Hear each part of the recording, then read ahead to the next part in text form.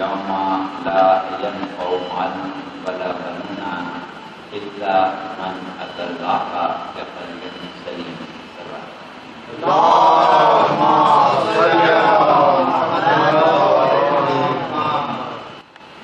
اللہ تعالیٰ نے معلوم اس اللہ خانے میں الحمدللہ مومنین بڑے شوق و ذوق سے مجالس میں شرکت کرتے ہیں اور ہمیں بھی معیار گفتگو بھی بلند کیا جائے اور کچھ ایسے نئے مضامین بھی شامل کیے جائیں. لہذا عشرہ اولیٰ میں ہمارا ارادہ ایک موضوع پر گفتگو کرنے کا تھا جس کا اعلان آپ لوگوں نے سنا تھا، لیکن بارشوں کی وجہ سے حالات قابل نہیں رہے تو مجالس جاری رہ سکتے ہیں. اب اس کمی کو پورا کرنے کے لیے یہ پروگرام بنایا گیا تھا کہ عشرہ اربعین میں ہم 5 مجلسیں پڑھ کے اور اس کمی کو پورا کریں. انتظامیہ نے بھی پوری کوشش کی کہ یہ کام اس طریقے سے ہو جائے اور ہم بڑے امید ہو کے آئے تھے، لیکن بہرحال یا تو وقت غلطی ہو گیا اس کی وجہ سے یا اور کسی وجہ سے سامعین نہیں پہنچ سکے. تو اب ہم نے جو ارادہ کیا تھا وہ یہ کیا تھا کہ ایک ایسا موضوع ان 5 مجلسوں میں بیان کیا جائے کہ جو بہت زیادہ دعوت فکر دینے والا، بہت مفید، بہت ضروری اور ایسا موضوع کہ جس پر بات نہیں ہوتی. لیکن اب بہرحال سامعین کے نہ ہونے کی وجہ سے ہم اس انداز پر رجوع نہیں کر پائیں گے جیسا ہم چاہ رہے تھے، لیکن بہرحال جو ہیں ان تک بھی پہنچ جائے گی بات اور شاید یہ محفوظ ہو رہی آواز محفوظ بھی ہو جائے اور جہاں تک بھی پہنچ جائے وہاں تک لوگوں کو فائدہ ہو جائے. باقی پھر یہ ہے کہ انشاءاللہ زندگی رہی مواقع ملے تو پھر جو چیزیں یہاں پر لوگ نہیں سن سکے ہیں کہیں اور سنانے کی کوشش کریں. تو یہ ہم نے تھوڑی سی صورتحال آپ کے سامنے رکھی ہے اور جو گفتگو کرنے کا ارادہ کیا ہے وہ ہے حیات دنیا اور نجات اخروی. یہ ایک ایسا موضوع ہے کہ جس کے اوپر عموماً بات نہیں، براہ راست بات نہیں ہوتی کہ آخر ہماری اس دنیا کا بنیادی مقصد کیا ہے، حیات دنیا کا بنیادی مقصد کیا ہے اور اس دنیا کے ختم ہونے کی اور موت آنے کی وجہ کیا ہے. کیوں انسان اتنے اہتمام کے ساتھ پیدا ہوتا ہے اور اس کے بعد یہاں سے چلا جاتا ہے. اور دوسری چیز یہ ہے کہ جاتا ہے تو کہاں جاتا ہے اور وہ حیات کہ جس کے بارے میں ہمارا یہ عقیدہ ہے کہ وہ کبھی ختم نہ ہونے والی حیات ہے. تو جب ہمارے اندر ملکہ حیات جو ہے اس عالم دنیا میں وہ چند سال ہے، کوئی بہت زندہ ہے 70-80 سال زندہ رہتا ہے، 100 سال زندہ رہ جائے گا تو اور کوئی نہیں زندہ رہتا ہے. تو اس کا مطلب یہ ہوتا ہے کہ یہ زندگی فرسودہ ہوتی رہتی ہے اور اس کے بعد ملکہ حیات ختم ہو جاتا ہے، صلاحیت حیات ختم ہو جاتی ہے. تو جس وجود کی صلاحیت حیات اس عالم دنیا میں ختم ہو جاتی ہے، اس وجود کی صلاحیت حیات عالم آخرت میں ہمیشہ کیسے باقی رہے گی، ہمیشہ کیسے زندہ رہے گی. تو یہ کچھ امور ہیں جن کا تعلق فلسفہ اسلامی سے ہے اور اس موضوع کو ہم کہتے ہیں مبدأ و معاد. ہم کوشش کرتے ہیں کہ ایصال ثواب کی مجالس مبدأ و معاد پر تھوڑی بہت بات کریں، لیکن مسئلہ یہ ہوتا ہے کہ ایصال ثواب کی مجالس اول تو وقفے سے ہوتی ہیں.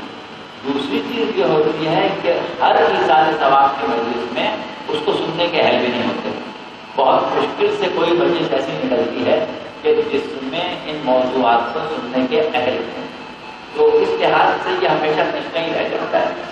اب ہمیں بڑی امید ہو گئی تھی کہ اس خمسے میں موقع ملے گا، لیکن بار چلے جتنا ہو سکے گا ہم اتنا اس کے اوپر روشنی ڈالیں۔ تو دیکھیے ہم نے سرنامہ کلام جو آیتیں پڑھی، سورہ شعراء کی 2 آیتیں، سورہ شعراء، پروردگار عالم ارشاد فرما رہا ہے کہ یوم لا ینفع مال ولا بنون، اس دن نہ کام آئے، نہ مال کام آئے گا، نہ بیٹے، نہ مال کام آئے گا، نہ اولاد، الا من اتی اللہ بقلب سلیم، سوائے اس کے کہ جو قلب سلیم لے کے آ جائے۔ اب دیکھیے خطاب کس سے ہو رہا ہے؟ عالم انسانی، انسانوں سے یہ کہا جا رہا ہے کہ یوم لا ینفع مال ولا بنون الا من اتی اللہ بقلب سلیم، اس دن نہ مال کام آنے والا ہے نہ اولاد، ہاں یہ کہ جو قلب سلیم لے آئے۔ تو اب کتنی چیزوں کی وضاحت کرنے کی ضرورت ہے۔ پہلی چیز یہ کہ وہ مخلوق جس سے خطاب ہو رہا ہے وہ خود کیا ہے، اس کا مقصد تخلیق کیا ہے، اس کا انداز تخلیق کیا ہے، اور اس کا انجام کیا ہے۔ پہلی چیز تو یہ ہوگی۔ دوسری چیز کیا ہے؟ یوم، یوم کا ذکر ہو رہا ہے، دن، یوم، اس دن۔ تو وہ دن کون سا؟ یعنی روز محشر، روز قیامت۔ تو قیامت کی خود حقیقت کیا ہے، قیامت کیا ہوگی، کیسے ہوگی، اور قیامت کیوں ہو، ضرورت قیامت کیا ہے، یہ خود ایک بہت ہی دقیق موضوع ہے، اصول دین میں شامل ہے۔ اگر کوئی شخص قیامت پر یقین نہیں رکھتا تو دائرہ اسلام سے خارج ہو جائے۔ تو دائرہ اسلام میں رہنے کے لیے قیامت کو کس حد تک سمجھنا ضروری ہے۔ دیکھیے ایک عقیدہ ہے ہمارا کہ ایک دن آئے گا، حساب کتاب ہوگا، جنت ملے گی، دوزخ ملے گی، لیکن سوال یہ کہ کس حد تک عقیدہ واجب ہے، کتنا سمجھنا ہے، یہ ایک خاص موضوع ہے۔ تو یوم اس دن یعنی اس کے بعد لا ینفع مال ولا بنون، مال اور اولاد کام نہیں آئے گی۔ تو مال اور اولاد کا تذکرہ کیوں کیا گیا کہ دنیا میں یہی 2 چیزیں کام آتی ہیں، یا مال کام آتا ہے یا اولاد کام آتی ہے۔ تو انسان کے ذہن میں یہ تصور بیٹھا ہوا ہے کہ جو چیز کام آتی ہے وہ یا مال ہوتا ہے یا اولاد ہوتا ہے۔ تو وہاں پر اللہ نے یہ کہہ دیا کہ بھائی یہ مال اور اولاد وہاں کام آنے والے ہیں، مال بھی کام نہیں آئیں گے، اولاد بھی کام۔ تو پھر کیا کام آئے گا؟ کہا کہ الا من اتی اللہ بقلب سلیم، سوائے اس کے کہ وہ قلب سلیم لے کے آئے، قلب سلیم لے کے آئے۔ تو اب ہمارا جو یہاں پر فرض ہے، جو ہماری ذمہ داری پیدا ہو جاتی ہے، وہ یہ ہوتی ہے کہ ہم سب سے پہلے انسان کے وجود کے اوپر بات کریں، انسان کو سمجھائیں کہ یہ کیا ہے اور کیوں پیدا ہوا ہے، کیسے پیدا ہوا ہے، اور دنیا میں کیسے زندہ ہے، مرے گا کیسے، آخرت میں کیسے اٹھے گا، اور وہاں اس کی کیا کہتے ہیں۔ ایک چیز تو یہ ہوگی۔ دوسری چیز یہ ہوگی کہ وہ روز قیامت خود کیا ہے۔ تیسری چیز یہ کہ قلب کیا ہے، اس دن کیا کام آئے گا، قلب سلیم کام آئے گا۔ قلب کیا ہے، مال کام نہیں آئے گا، اولاد کام نہیں آئے گی، قلب کام آئے گا۔ اور قلب کی ہر قلب کام نہیں آئے گا، وہ قلب کام آئے گا جو سلیم سالم ہے۔ تو قلب کیا ہے، سالمیت قلب کیا ہے، قلب کیا ہے، سالمیت قلب کیا ہے، یہ دقیق موضوعات ہیں۔ اور یہاں کے لیے ہم نے اس لیے اس کو چھیڑا تھا کہ یہاں پر ماشاءاللہ سے مومنین شوق سے اور سے سنتے ہیں، مگر اب اتفاق ہے کہ کیوں نہیں پہنچ سکے، اللہ جانتا ہے۔ تو قلب کیا ہے اور سالمیت قلب کیا ہے، یہ موضوع ہم نے بہت عرصے سے محفوظ رکھا تھا۔ 8-9 سال سے ہم یہاں گفتگو کر رہے ہیں، لیکن اس موضوع کو ہم نے کبھی نہیں چھیڑا تھا۔ اس کی وجہ یہی تھی کہ اس کو چھیڑنے کے لیے ہمیں ایک ایسا آمادہ ہونا چاہیے تھا کہ جو ہماری گفتگو سننے کے لیے بھی آمادہ ہو اور اتنے سنجیدگی سے سنیں کہ وہ اتنی گہرائی تک فکر کرنے کے لیے تیار ہو جائے. تو اس وجہ سے اس موضوع کو ہم نے اب تک محفوظ رکھا ہے. اور اب ہم اس پر کسی حد تک گفتگو کی دیتے ہیں اور ہمیں اندیشہ کیا بلکہ یقین ہے کہ نہیں ہو پائے گا موضوع پورا. اور لیکن اتنا فائدہ ضرور ہوگا کہ جو لوگ سنیں گے یا جو نہیں سنیں گے سننے والوں سے بات کریں گے ان کو کم از کم یہ اندازہ ہو جائے گا کہ اب یہ موضوع واقعی ہے تو ہمیں سننا ہے. تو اس اعتبار سے ہم نے اس گفتگو کو شروع کیا ہے. تو اب ہم ابتدا کرتے ہیں یہاں سے کہ پروردگار عالم کو شروع کر رہا ہے اور تخاطب ہے عالم انسانیت سے. اب اذان ہو رہی ہے, آواز باہر اگر نہیں جا رہی ہے تو ہم گفتگو جاری کرتے ہیں, اور باہر جا رہی ہے تو محمد علی محمد صلی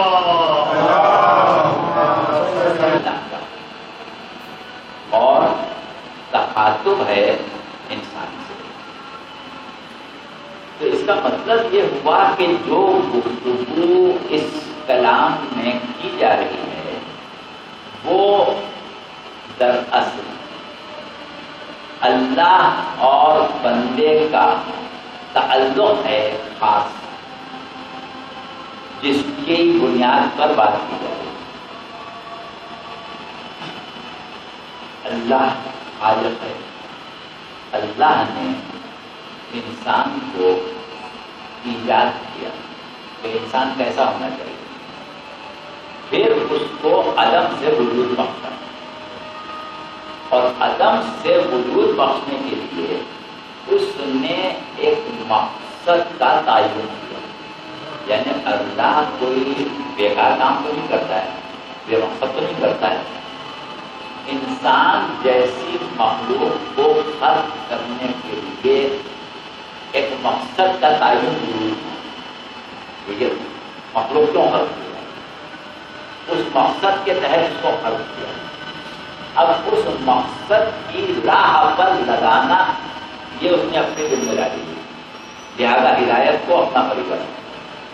اب یہاں تک آنے کے بعد ہمیں سمجھنا یہ ہے کہ وہ مقصد جس سے ہمیں خلق کیا گیا وہ کیا ہے, اور اس مقصد کی تکمیل کے لیے ہماری خلقت کیسی ہونا چاہیے تھی وہ ہمیں سمجھنا پڑے.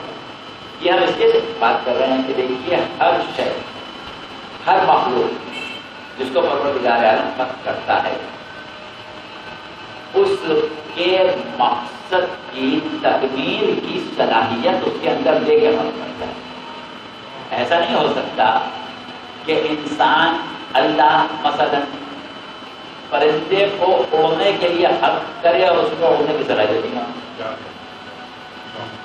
پرندہ اڑنے کے لیے پیدا ہوا ہے تو اس کے پر بھی ہوں گے, اس میں اس کی جسم کی ساخت ایسی ہوگی کہ وہ اڑ سکے, پھر اس کے اندر اڑنے کا شعور ہوگا کہ کیسے مجھے زمین سے بلند ہونا ہے, کیسے پرواز کرنا ہے, کیسے زمین کی طرف آنا ہے, کس طرح کشش سخت سے بچنا ہے, یہ نہیں کیا کہ زمین پر گر جاؤں. تو یہ سارا شعور, ساری صلاحیتیں اور سارے خواص جب تک پروردگار عالم نہ دے دے اس کے مقصد کا تعین کرنا خلاف عدالت ہو جائے گا. اب وہ پرندے جو پانی کے اوپر تیرتے ہیں, مثلا بطخ ہے, بطخ کے اوپر آپ غور کریں تو اس کا جسم کیسا ہوتا ہے, بالکل کشتی ہوتی ہے, کشتی کا جیسا ہوتا ہے. اچھا اس کے پنجوں کو دیکھیں, کشتی کے پنجوں جو ہوتا ہے نا چپو, بالکل چپو کے جیسے ہوتے ہیں. تو کیا ہے کہ اگر اس کو پانی پر تیرنے کے لیے پیدا کیا ہے تو پھر اس کا انداز تخلیق ویسا ہی ہونا چاہیے جیسا پیدا کیا ہے. اور ہر شے کے انداز تخلیق کو دیکھ کے اس کے مقصد تخلیق کا پتہ چل جاتا ہے کہ بھائی اس کو ایسا بنایا ہے تو کس لیے بنایا. درندے میں ہم نے دیکھا کہ وہ تیزی پھرتی بھی ہے، اس کے پنجے بھی بہت زبردست ہیں، اس میں طاقت بھی بہت زیادہ ہے، اس کے دانت بھی بہت تیز ہیں، اس کا ہاضمہ بھی ایسا ہے کہ ہڈیاں گوشت سبق کر لیتا ہے۔ تو اس کا مطلب یہ ہوا کہ اس کی تخلیق کا مقصد جو ہے اس میں شکار کر کے کھانا شامل ہے، لہٰذا اس کی حیت ایسی ہے۔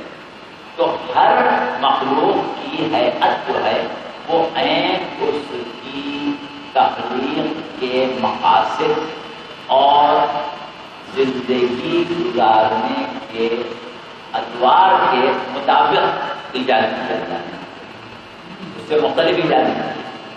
اب اگر ہم انسان کی تخلیق کو دیکھیں، انسان کے جسم کو دیکھیں، انسان کی صلاحیتوں کو دیکھیں، انسان کے فہم و فراست کو دیکھیں، انسان کی خواہشات کو دیکھیں، انسان کے جذبات کو دیکھیں، تو ہمیں یہ اندازہ ہوتا ہے کہ یہ وہ مخلوق ہے کہ جس کو پروردگار عالم نے ممتاز کیا ہے دیگر مخلوقات کا، بہت سی چیزوں میں ممتاز کیا ہے۔ خلق الانسان علمہ البیان، انسان کو قدرت گویائی ہے۔ جہاں ایک معاشرہ انسانی قائم ہوگا، انسان کے اندر کی صلاحیت ہے کہ اس معاشرے میں ایک زبان وجود میں آئے جس میں وہ آپس میں ہدایت خیال کرتے ہیں۔ تو یہ علمہ البیان کی صلاحیت انسان کو دی ہے تاکہ وہ معافی ضمیر ایک دوسرے کا بیان بھی کر سکے، سمجھ بھی سکے۔ اس کا مطلب کیا ہے کہ انسان کو معاشرتی مخلوق بنایا۔ اسی طرح انسان میں تجسس کیا ہے، جو کچھ نہیں جانتا جاننا چاہتا ہے، زمین میں کیا ہے، اندر کیا ہے، آسمان میں کیا ہے، سمندر کی تہہ میں کیا ہے، ستاروں میں کیا ہے، دریا میں کیا ہے، مریخ میں کیا ہے، چاند میں کیا ہے، ہر چیز جاننا چاہتا ہے۔ تو اس کا مطلب کیا ہوا کہ اللہ نے انسان کو علم کا دیا بنایا ہے اور علم اس کی ضرورت ہے، لہٰذا اس نے بھی یہ طے کیا کہ علم الانسان ما لم یعلم، انسان کو ہر اس چیز کا علم ہوگا جو وہ نہیں جانتا۔ یہ ہم مثالیں دے رہے ہیں، یعنی انسان کا انداز تخلیق جو ہے وہ اس کے مقصد تخلیق کو آہستہ آہستہ غور کیا جائے تو ظاہر ہو جائے گا۔ اب اسی طریقے سے انسان کے بارے میں جتنی آیات قرآن میں آئی ہیں، وَلَقَدْ كَرَّمْنَا بَنِي آدَمَ، ہم نے بنی آدم کو کرامت بخشی، اس کو پہل و بس کو حکومت دی، اس کے لیے زمین و آسمان کو، اس کے لیے سیاروں کو، ستاروں کو اور سمندروں کو مسخر کر دیا۔ اسی طریقے سے ہم نے اس کے لیے کائنات میں جو اشیاء ہے سب اس کے لیے پیدا کر دی۔ تو یہ تمام چیزیں یہ بتا رہی ہیں کہ یہ ایک ایسی مخلوق ہے کہ جو عام مخلوقات سے 100% مختلف ہے۔ تو جب عام مخلوقات سے مختلف ہے تو اس کی تخلیق کا مقصد جو ہے وہ بھی عام مخلوقات سے مختلف ہونا چاہیے۔ ایک چیز ہوئی۔ اب دوسری چیز یہ ظاہری دنیا، اس میں بہت مثالیں آ جائیں گی، ہم آپ لوگ سمجھ گئے ہمارا مطلب ہے ہمارے وقت میں مزید مثالیں ہیں۔ ایک چیز اور کہ انسان میں اور دیگر مخلوقات میں فرق یہ ہے، جو بہت بڑا فرق ہے کہ دیگر مخلوقات یعنی حیوانات ہوں یا نباتات ہوں یا جمادات ہوں، اس میں ہم اجنہ کو شامل نہیں کریں، جنوں کو شامل نہیں کریں، کیونکہ وہاں میں مارکیٹ بہت سی مل جائے گی آپ کو، لیکن کیونکہ وہ غیر مرئی مخلوق ہے اور اس کے اور ہمارے بہت سے امور میں فرق ہے، لہٰذا ہم جب انسانوں سے گفتگو کر رہے ہیں اور انسانوں کو کوئی درس حیات دینا چاہ رہے ہیں تو اس میں جنوں کو شامل نہیں کریں، لیکن بہرحال وہ ہے اپنی جگہ مخلوق کو صاحبانہ ہے۔ اب انسان کے لیے یہ خاص بات وہ یہ ہے کہ انسان کے وجود میں وہ کیفیت اللہ نے رکھی ہے کہ اس کے اندر ایک ظاہری وجود رکھا ہے، ایک باطنی وجود رکھا ہے۔ حیوان جو ہے اس کا بس جو وجود ہے وہی ظاہر ہے وہی باطن ہے، اس کا کوئی باطنی وجود اس کے علاوہ نہیں ہے، لیکن انسان کے ظاہری وجود کے علاوہ ایک باطنی وجود ہے، ایک ظاہری وجود ہے، ایک باطنی وجود ہے۔ اب سوال یہ ہے کہ اگر انسان ایک مخلوق ہے اور وجود میں اس کی دو کیفیتیں ہیں، ایک ظاہر ہے ایک باطن ہے، تو اب ہمیں دیکھنا یہ ہے کہ حقیقت انسان ظاہر میں ہے یا باطن میں؟ حقیقت انسان جو ہے وہ ظاہر میں ہے یا باطن میں؟ تو اب یہاں پر ہم اکثر یہ ساری سب آپ کو مجالس میں پڑھتے رہتے ہیں، آپ کو سنتے رہتے ہیں، اور اس وقت دیکھی سے پڑھیں گے۔ آج کی وجہ سے ہم کوشش کریں گے کہ بنیادی چیزیں آپ کے سامنے رکھتے ہیں، اور اس کے بعد انشاءاللہ آئندہ مجلسوں میں ممکن ہے سامعین کی تعداد بڑھ جائے تو پھر ان 4 مجلسوں میں ہم تفصیلی گفتگو کر لیں گے۔ آج خالی جو بنیادیں ہیں وہ سامنے آ جائیں کہ کس بنیاد کو بات ہوگی۔ ایک ظاہر ہے بات، ہم اپنے وجود کی باطنی کیفیت ایک حد تک محسوس کرتے ہیں، اور ظاہر کے اوپر ہماری توجہات بہت زیادہ ہیں، باطن کے اوپر توجہات بہت کم ہیں۔ لیکن اگر توجہات کا مرکز باطن ہو جائے تو پھر باطن میں جو اسرار و رموز ہیں اس میں ہم اتنے گم ہو جائیں گے کہ ظاہر کو بھول جائیں گے، باطن کی طرف ہی متوجہ ہو جائیں۔ اب سوال یہ کہ ظاہر کیا ہے باطن کیا ہے، کیا ہم یہ سارے سوال بیان کر چکے ہیں، آج خالی 2-3 منٹوں میں بیان کرنے پھر آگے تفصیل انشاءاللہ بیان کرتے ہیں۔ وہ یہ ہے کہ ہم اپنے وجود کو تھوڑا سا اگر غور سے دیکھیں تو ہماری جتنی بھی گفتگو، جتنی خواہشات، جتنے ہمارے تخیلات، تصورات اور اظہار خیال کے پیرائے ہیں، ان سب پر اگر ہم غور کریں تو ان میں سے کوئی چیز ایسی نہیں ہے جس کا تعلق ہمارے وجود ظاہر سے۔ ہم نے کہا کہ بھائی ہم تو اس معاملے کو اس طرح نہیں سمجھتے، ہم اس معاملے کو اس طرح نہیں سمجھتے، تو یہ جو ہم ہے یہ ہمارا جسم ہے۔ ہم اپنے جسم کی بات کر رہے ہیں کہ ہم نے آپ سے کہا کہ آپ نے غور کیا، آپ نے اس معاملے پر غور کیا، تو وہ آپ جو ہیں، آپ کا سر ہے، سینہ ہے، بازو ہے، پیر ہیں، آنکھیں ہیں، ناک ہے، کان ہے، آپ کا جسم نہیں ہے۔ جب ہم آپ کہہ رہے ہیں نا تو آپ کے جسم سے مخاطب نہیں ہے، ہمارے لاشعور میں آپ کا ایک وجود ہے جس سے ہم گفتگو کر رہے ہیں۔ آپ یہ سن لیں، آپ یہ سمجھ لیں، آپ یہ یاد کر لیں، آپ یہ بات نہ بھولیے گا، آپ سے ہم کو یہ شکایت ہے، تو شکایت آپ کے جسم سے نہیں ہے، آپ سے۔ تو آپ الگ ہیں، آپ کا جسم الگ ہے۔ آپ جو ہیں وہ آپ کا جسم نہیں ہے۔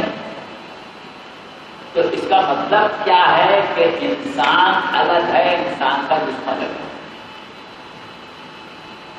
ہم جس زندگی کو زندگی کہتے ہیں وہ جسم کی زندگی ہے، ہماری نہیں ہے۔ جس زندگی کو ہم زندگی کہہ رہے ہیں وہ ہمارے جسم کی زندگی ہے، اور جسم ہم نہیں۔ مسئلہ کیا ہوتا ہے کہ دیکھیے، ہم جب گفتگو کرتے ہیں اور گفتگو میں ہم نے کہا کہ زید کا بیٹا، تو اس کا مطلب کیا ہوا کہ زید الگ ہے، بیٹا الگ ہے۔ زید کا بیٹا ہے، زید تو نہیں ہے نا، زید کا بیٹا ہے، زید نہیں ہے۔ زید کی بہن، زید کا باپ، زید کا گھر، زید کی جائیداد، زید کی سواری۔ تو کیا ہوا کہ لفظ زید کا جو ہم بار بار استعمال کر رہے ہیں وہ صرف نسبت کے لیے کر رہے ہیں، ان میں سے کوئی چیز زید نہیں ہے، زید کے علاوہ ہے، زید الگ ہے، یہ چیزیں الگ ہیں، زید الگ ہے، وہ چیزیں الگ ہیں۔ اب اگر ہم کہیں زید کا جسم، اس کا مطلب کیا ہوگا کہ زید الگ ہے، جسم الگ ہے۔ زید کا جسم کہنے کا مطلب یہ کہ زید الگ ہے، جسم الگ ہے۔ تو جب جسم زید نہیں ہے تو زید کہاں ہے؟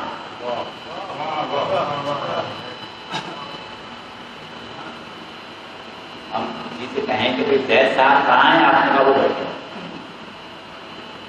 مگر وہ جو بیٹھے ہیں وہ زید صاحب بیٹھے ہیں، زید صاحب کا جسم بیٹھے ہیں۔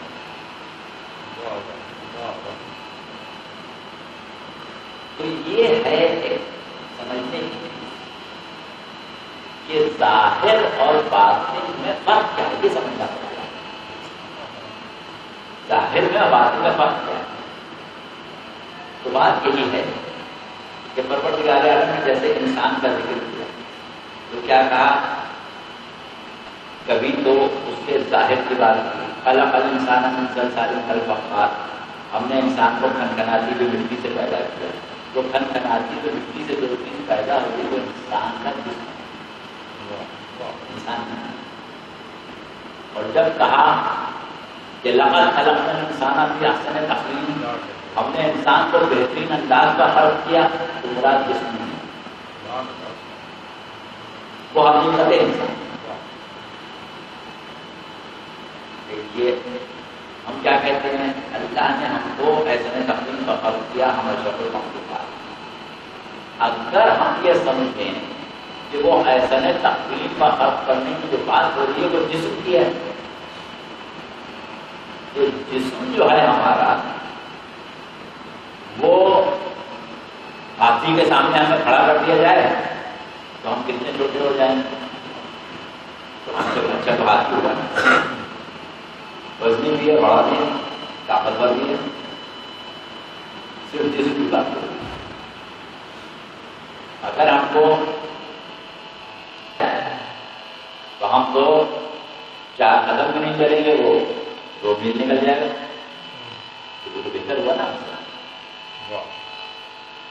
ہم بھی نیچے کھڑے ہوئے تھے، بلی بھی بیٹھی ہوئی تھی، اوپر چڑھنے کو ہمارا دل چاہا تو ہم سوریاں ڈھونڈنے لگے، بلی کا دل چاہا کیا دیکھا، اس کو چلنے کی ضرورت ہی نہیں۔ تو جسمانی کمالات جو ہیں وہ تو ہمارے بہت کم ہیں، یہ تو ہم نے ظاہری ایک جسم کی شکل کی بات کی۔ اگر ہم جسمانی صلاحیتوں کی بات کریں تو ہماری بینائی کی صلاحیت جو ہے وہ بہت کم ہے، ہمیں رات کو کچھ نظر نہیں آتا، بجلی کو نظر آتا ہے، سوئے کو نظر آتا ہے، کتے کو نظر آتا ہے، وہ دن میں بھی دیکھتا ہے، رات میں بھی دیکھتا ہے، ہمیں دن میں نظر آتا ہے، رات میں نظر نہیں آتا۔ تو اسی طریقے سے بہت سی ایسی چیزیں ہیں کہ جس میں ہم حیوانات کا مقابلہ نہیں کر سکتے۔ تو جب حیوانات کا مقابلہ نہیں کر سکتے تو پھر ہم اشرف کہاں سے ہو گئے؟ کتنی آوازیں ایسی ہوتی ہیں جانور سنتے ہیں ہم نہیں سن پاتے، کتنی خوشبوئیں ایسی ہوتی ہیں جنہیں جانور سن لیتے ہیں ہم نہیں سن پاتے۔ آپ نے کہیں بہت دور چھپا کے گوشت رکھا تھا، آپ کو خود خبر